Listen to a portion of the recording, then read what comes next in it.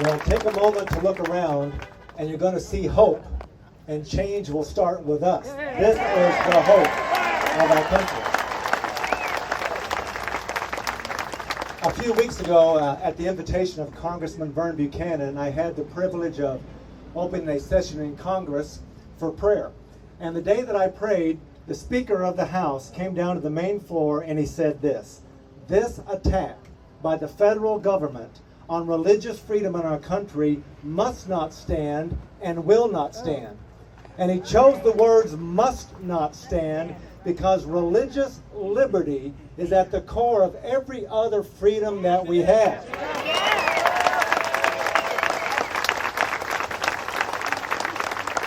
And it is the safe place of keeping for our national security, people of faith, and religious institutions. Our deepest beliefs are religious.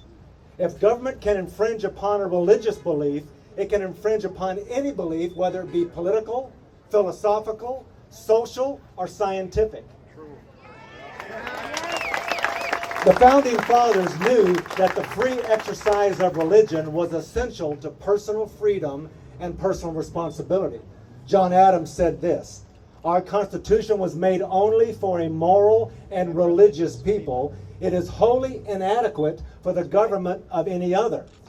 Moral and religious people are built by the free expression of their faith, not by government mandates, dictates, and regulations." James Madison added, "We have staked the whole future of our republic upon the capacity of each and all of our citizens to govern themselves and thereby sustain our own selves by the Ten Commandments.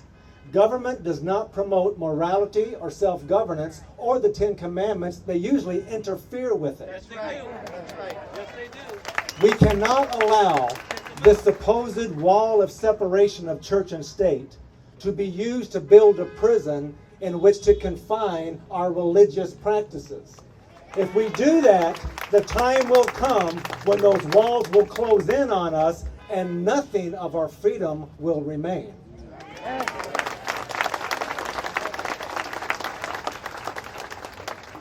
Whenever the government is allowed to position itself as the arbitrator of morality, it will require people to obey it rather than God. Right.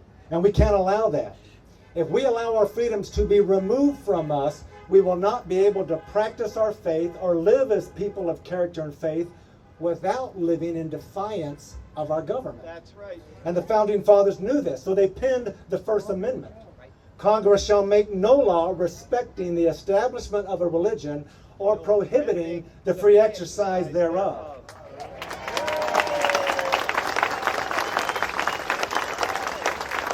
When they wrote that, they were not protecting government from the influence of religion. They were protecting religion and religious people from the interference and control of government.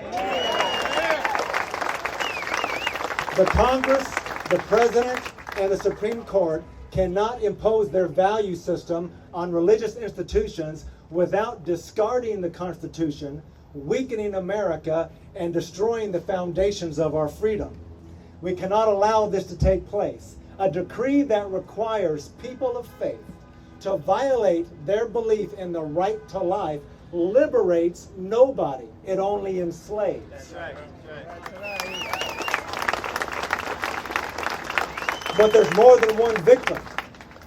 It is not just the right to life or religious freedom. The real victim is freedom itself.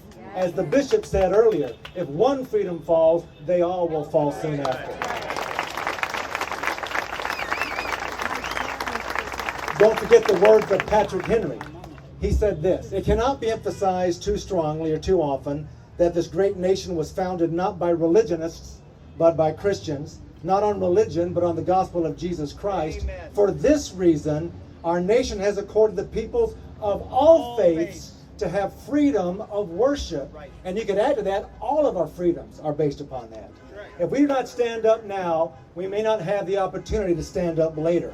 We must tell the government to abide by the Constitution, to get out of our churches, get out of our pulpits, get out of our institutions, and stay out of our homes.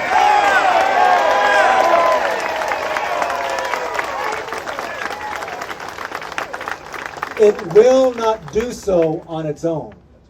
You and I must remain vigilant, and we must remain diligent on the watchtowers of freedom. If we don't stand now, we will be practicing our faith someday without the freedoms that our forefathers secured with their blood. This is the time to stand. Believers of all faith must stand, but believers always stand the strongest when they first kneel in prayer. All right. May God bless America with an awakening of faith and freedom. God bless you all.